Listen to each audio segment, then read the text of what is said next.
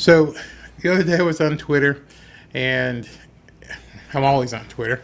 In fact, I'm on Twitter more than anything else because I'm always have the phone. Sometimes you hear beeping here in the background because somebody's tweeting at me or something. And I saw this, and it's from Dr. Shea, a PhD.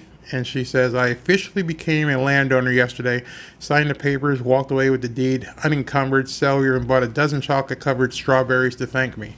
Don't you just love systemic racism? So I've got a new definition of systemic racism. It's procedures and processes that you put on yourself that cause you to be disadvantaged.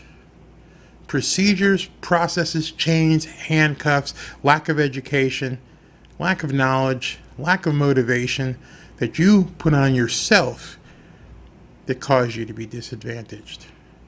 I mean, man, I don't really understand it here. I'm seeing this pop up more and more. Systemic racism against blacks equals a myth. Say it, brother. I learned plenty just by putting my mind to it. I don't wait for handouts. If systemic racism is a thing, why was I able to achieve more than others who may be white, Latino, or Asian? I know exactly what he's talking about. Doesn't make sense. Shouldn't I be struggling? Oh, yeah. And then they come back with, you got lucky. There's a lot of lucky people out there then. A lot of us are really freaking lucky. It's like lightning striking twice, and it's coming down right now. All this lucky blacks out there who aren't allowing procedures and processes to hold us back. I mean, there was a big procedure and process here. Dwayne Johnson is now part owner of the XFL. He put together an equity group, and they bought the XFL out of bankruptcy, paid $15 million for it. It's like ballers came true. He actually is an owner, not of a team, of the whole friggin' league. But, it's systemic. That can't happen. And then you're going to tell me he's not black because he's part Samoan. Shut up. Just shut up. It's ridiculous. Where's the systemic racism that held him back?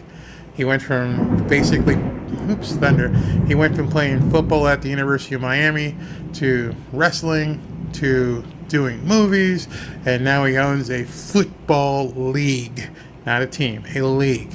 And he partnered with, oh my gosh, what do you do? He needed some money. So he went to Redbird Capital Partners. And he got the money he needed along with whatever he put in, whatever equity that he put in, and he bought himself a football league. But none of that should be happening if there's systemic racism, right? I mean, if we go back and look at our definition here, and we look at the definition and it says systems and structures that have procedures or processes that disadvantage African Americans. I have a question. Can someone define these procedures, process, and systems? You're going to tell me the jail system, right? Shut up. Just go away. What are the processes and procedures that are causing people to be disadvantaged? You can't answer, can you? You know why? Because they don't exist. And when you see people who are happy because they've moved into a different socioeconomic class, she is now a landowner. She bought something. She's proud. She's making fun of systemic racism. We all are. You guys are spending time walking in the streets, holding the sign, not banging on doors, burning shit, instead of learning how to be better. And I don't mean better people, which some of you could use that too, but to be better financially armed, understanding how to win in this market. Not have to sit around and wait for someone to give you something. You are appalling, many of us who are black. I don't wait for handouts. It's right here. I don't wait for handouts. I'm not looking for a reparation. Kudos. So I've gone now 50 minutes or so, and I want to take you to a video. and it's a video that of a YouTube video of 3 black men who are talking about business.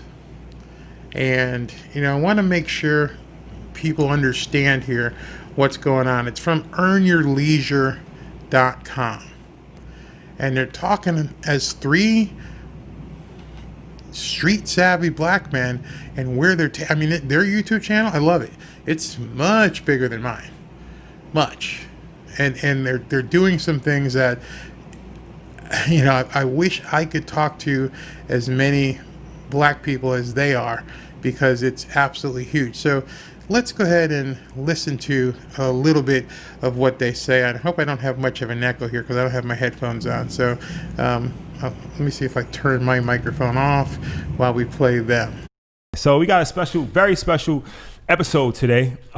We have a special guest, Chris Senegal. Thank you for joining us. Appreciate it, man. Welcome to Houston. Senegal like the country. Just like the country, man. I want to get right into it. You're an interesting guy. You told me that you went to school to be an engineer. You're a trained engineer. Yeah, civil engineer. Huh? That's my degrees in. All right. And then, but you was actually day trading for a little bit, right? We haven't really covered day trading too much. We had an episode on stocks, and we talked a little bit about Wall Street, but we didn't really go into day trading.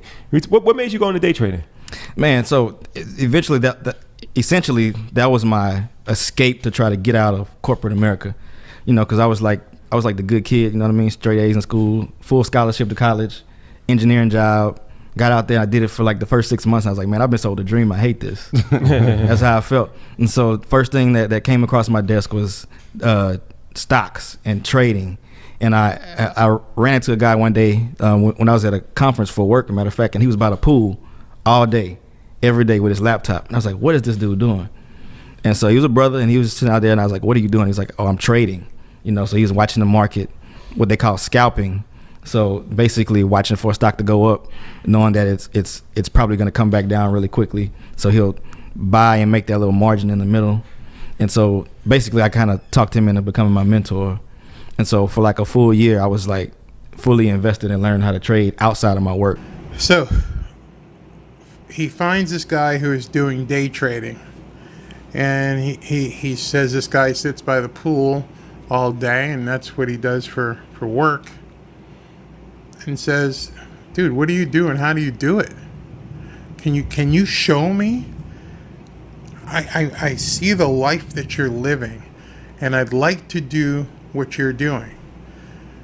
I need you, if you're willing, to mentor me. Show me how to do this. That's where it all starts. You have to humble yourself and go, I don't know what the hell you're doing, dude, but could you show me? Notice he didn't stand by the side of the pool and go, hey man, I can't do that. I'm a victim of systemic racism. I don't know what you're doing, but the white man just keeping me down. Yeah, that attitude's really gonna work. Not much. So let me see if I can orchestrate everything here and not blow your head out. And let's continue to listen to what he has to say. Did you have any familiarity with stocks? I had no familiarity with anything but going to school and getting a job. Ooh. You know what I mean? So I had no exposure to business, entrepreneurship, investing, nothing. This was my aha moment, you know what I mean? And yeah. It's right there. It's in their hands. All they've got to do is look. Hey, how do I do day trading? Let me see. How do I do real estate? Their channel is right there. How simple is that?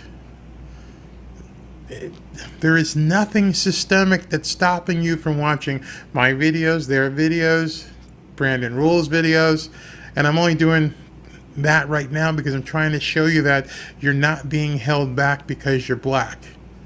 You're being held back because you're not going to school, getting educated, and getting a job, or starting a business.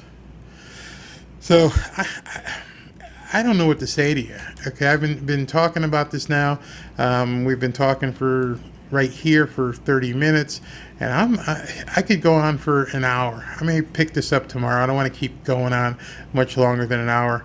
I didn't think I'd end up getting to an hour today. But just understand, as we close today, that there's no such thing as systemic racism. There's no such system or structure or procedure or process that's keeping black people down.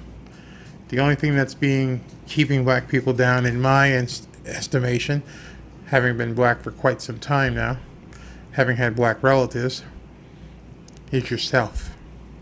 You can't blame others because of your inadequacies. Now, if somebody physically is torturing you, beating you up, doing something wrong to you, then yeah, we should look at that. But I guarantee you it's not happening in real estate. So I'll talk to you more about that. I'll finish their video tomorrow. I'll put the headphones on so we can get through it pretty good. Stay safe out there if you're in South Florida.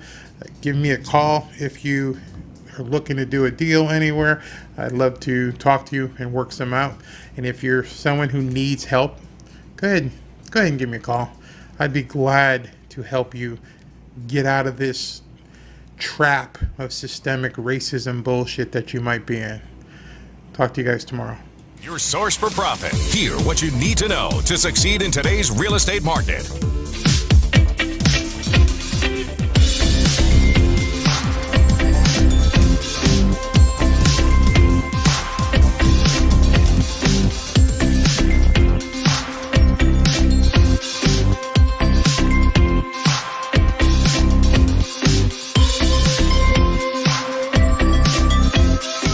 Hey, thanks for checking out this clip of the Barry Cunningham Show.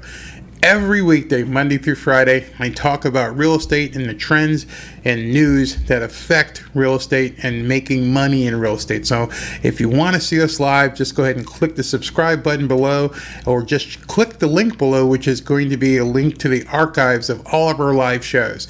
And then we'll go ahead and cut these up and get them out there so you can see the clips of the various shows. But in any event, I'm glad you're watching. Please continue to watch and have a great day. Get out there and make some money. And we'll see you on the next episode.